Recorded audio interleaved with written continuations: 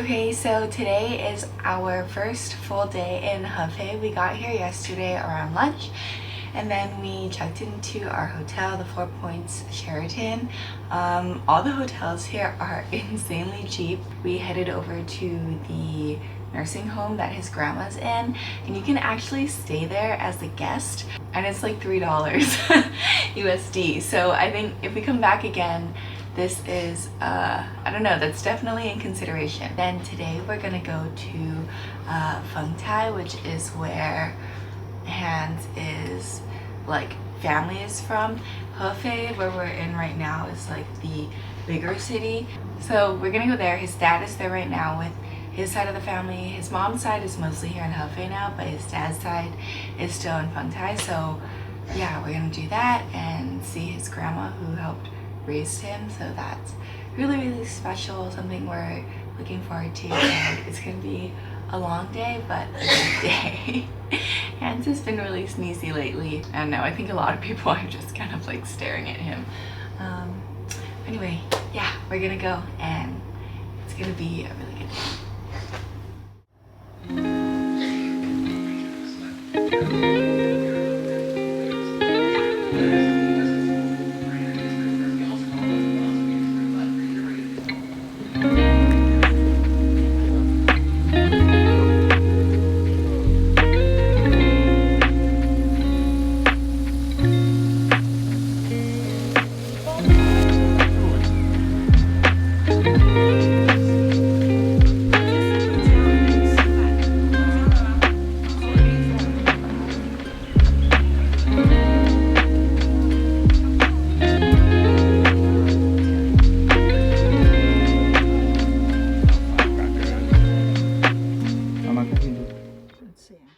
After we were done paying our respects to Hans's grandfathers, we went to a nearby temple that overlooked all of the county below.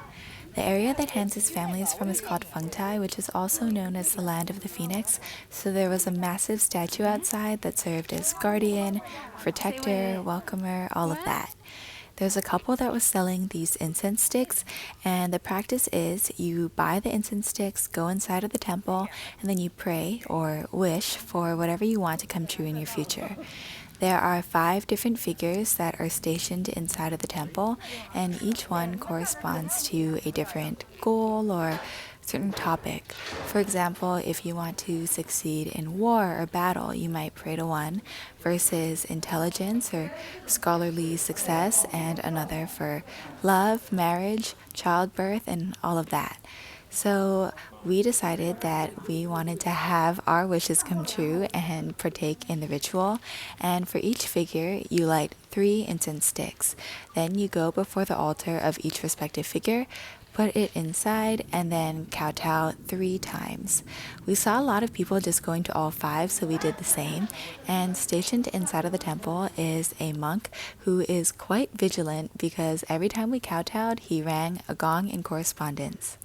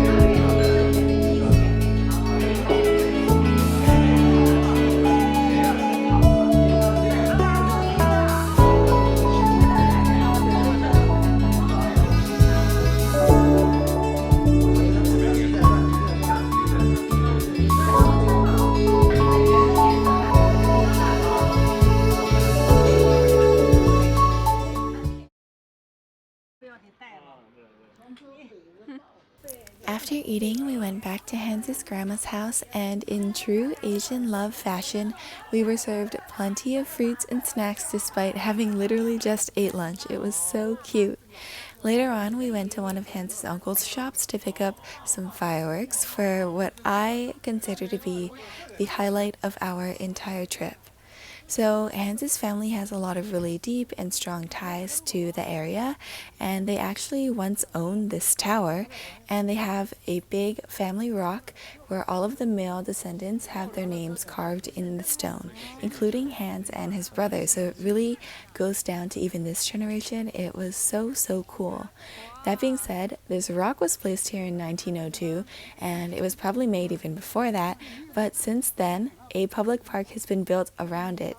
So we have to come to this public park every time we do family traditions and rituals. But because it is public now, everyone was saying, okay, we have to get there by 4 p.m. We have to finish by 4 p.m. because that's when school lets out, the kids come out, recreations happen like yoga, and the elderly do it in the park, and we needed to be out by then. So we began by first burning a ton of paper money for the ancestors to use in the afterlife, and they better be pretty rich because wow, we burnt a ton of paper. And then became the firework time. It was so incredibly exciting. I was having the time of my life. Hans was so cute because I was filming, so I didn't have any free hands, but it was incredibly loud. So he sacrificed his own ears to cover mine. And yeah, it was just the time of my life. I thought that we would be lighting like really small firecrackers, so these full-on aerial blasts were so riveting, and yeah, I just loved them. And if you thought that was it was definitely not, because we returned back to the stone for part 2. This time around we lit the string fireworks, and Hans was saying that the paper money we burnt earlier, basically we light that first and then we light the fireworks to let the ancestors know that, hey, we lit some money for you to use, we are thinking of you, remembering you, we are always going to remember you. And yeah, it was just really special. Once that's done, everyone in the family kowtows 3 times, and it was a little scary at first because the firecrackers were literally still popping as we were bowing our heads to the ground. Hans did it, his parents siblings, I got to do it with his family, and yeah, it was just so special to be a part of something like this. I will remember it for a really long time.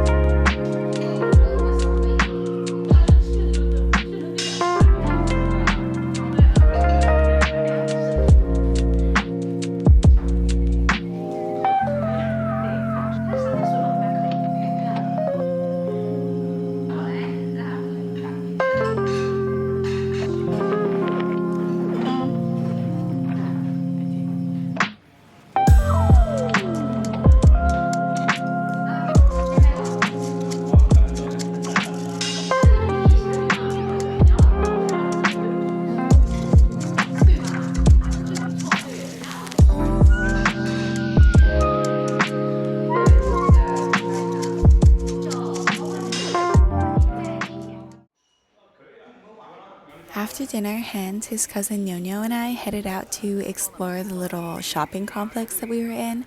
I kept seeing changhulu everywhere, so I was on a mission to eat some. And when we finally found a place, everyone was so excited because I'd just been waiting for so long. I got the traditional hawthorn with this rice paper wrapped around it. I had never had it with rice paper before, but this was maybe the tastiest changhulu I've ever had. Everyone was so cute. The guy who was selling it was laughing because I was so excited, and I was taking videos, and everyone was like, oh my gosh, why is this girl taking a video of her changhulu? But anyway, yeah, we explored the whole area. There were tons of little shops and restaurants and fun, fascinating finds. Hans and I were so impressed the entire time because this is like a really small town, and I mean, compared to Beijing, Shanghai, all of those places. But this area, I'd say, was probably like fancier, nicer, more aesthetic, and wonderful just overall than like a lot of places that we would find in big cities in America, like New York or LA. So I feel like a lot of people give China a lot less credit than is due because wow, everything was on point. Then finally, we headed to Luckin to try the Matai coffee. It was actually so incredible, and it was 9.9 yuan, which is like $1.40. Imagine getting coffee for $1.40 every day. I mean, Hans and I constantly go to Starbucks, and we're always like, okay, we have to just start making our own coffee at home because it's just so expensive. But living here, oh my gosh, I would get Luckin every single day. It seriously slapped. After that, we just walked around a little bit more. We got to play on the claw machines, which was so exciting because Hans always tries to win me something. I have to say, maybe he has like a 30% win rate, but these claw machines are tricky, so give credit where credit's due. He definitely pulls through when it matters, and yeah, it was just such a great night. I already want to go back. Okay, it is the end of our time here in Hefei. It was such a good time. It was so heartwarming to see Hans's family, especially his grandma. It was just like obvious that she was so happy to see Hans, and he was so happy to see everyone else. And his family is so sweet and kind. There are also a lot of things that Hans didn't even know about. He learned a lot, well, we both learned a lot, I guess, about like his family and the presence that they have in the area, their history, all this sort of stuff. We did a lot of like traditions in terms of, going to the cemetery, paying our respects, the things that they do here in their traditions and cultures, which is different from what I've done with my family growing up, and it's something that Hans did throughout his years every time he came back to China. So it was really cool to see it and to be a part of it. And yeah, it was just so special. I think what I'll take away the most is just how kind and welcoming everyone is. I think we often talk about how much the news and the media influence how the West views China, or vice versa, how China views the West. And I don't know, I think this trip really broke down boundaries and helped me to explore here. Also, it was really interesting because Hans was saying the last time he came here, which was 4 years ago, a lot of people were still riding tuk-tuks to get around, and there was not a lot of infrastructure, but now it's super modern.